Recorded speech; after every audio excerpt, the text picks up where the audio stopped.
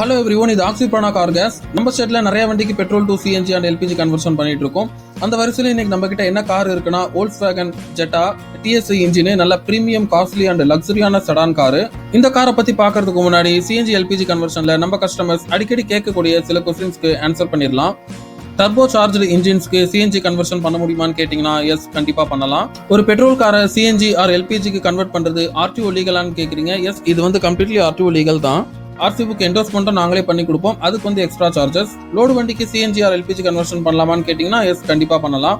அப்புறம் ஒரு general information, காருக்கு ஒன்ஸ் நீங்க சிஎன்ஜி கன்வர்ஷன் பண்ணிட்டீங்கன்னா ஸ்பார்க் பிளக் வந்து 12,000 கிலோமீட்டருக்கும் ஏர் ஃபில்டர் வந்து 5,000 கிலோமீட்டருக்கும் மாத்திருங்க.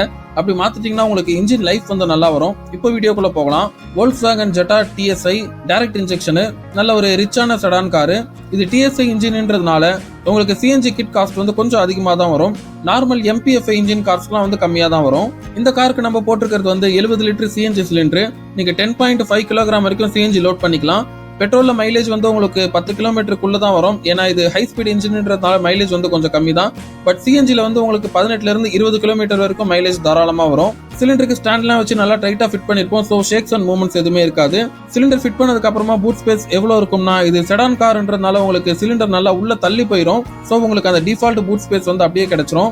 வோல்க்ஸ்வேகன் ஜெட்டால இப்போ டெஸ்ட் டிரைவ் போயிட்டு இருக்கும் அண்ட் லேப்டாப்ல டியூனிங் ப்ராசஸ் எல்லாம் செக் பண்ணிட்டு இருக்கோம். எல்லாம் கரெக்டா பெர்ஃபெக்ட்டா இருக்கு. தென் வண்டிக்குள்ள பாத்தீங்கன்னா உங்களுக்கு இந்த கேஸ்க்கான சுவிட்ச் மட்டும் வரும். கேஸ் கம்மியா இருந்தா நீங்க இந்த சுவிட்ச் ஆஃப் பண்ணிட்டு பெட்ரோல டிரைவ் பண்ணிக்கலாம். கேஸ் ஃபுல்லா காலி ஆயிட்டா நீங்க சுவிட்ச் ஆஃப் பண்ணணும் கூட அவசியம் இல்ல, அதுவாவே பெட்ரோலுக்கு கன்வெர்ட் ஆயிடும். இது ஒரு manual transmission car. Auto transmission காருக்கும் சிஎன்ஜி கன்வர்ஷன் பண்ணலாம். கேஸ் ஃபில்லிங் வால்வ் உங்களுக்கு பூட்லயே வந்துடும். சோ நீங்க ஈஸியா லோட் பண்ணிக்கலாம். போனட் ஓபன் பண்ணணும்னு அவசியம் கிடையாது.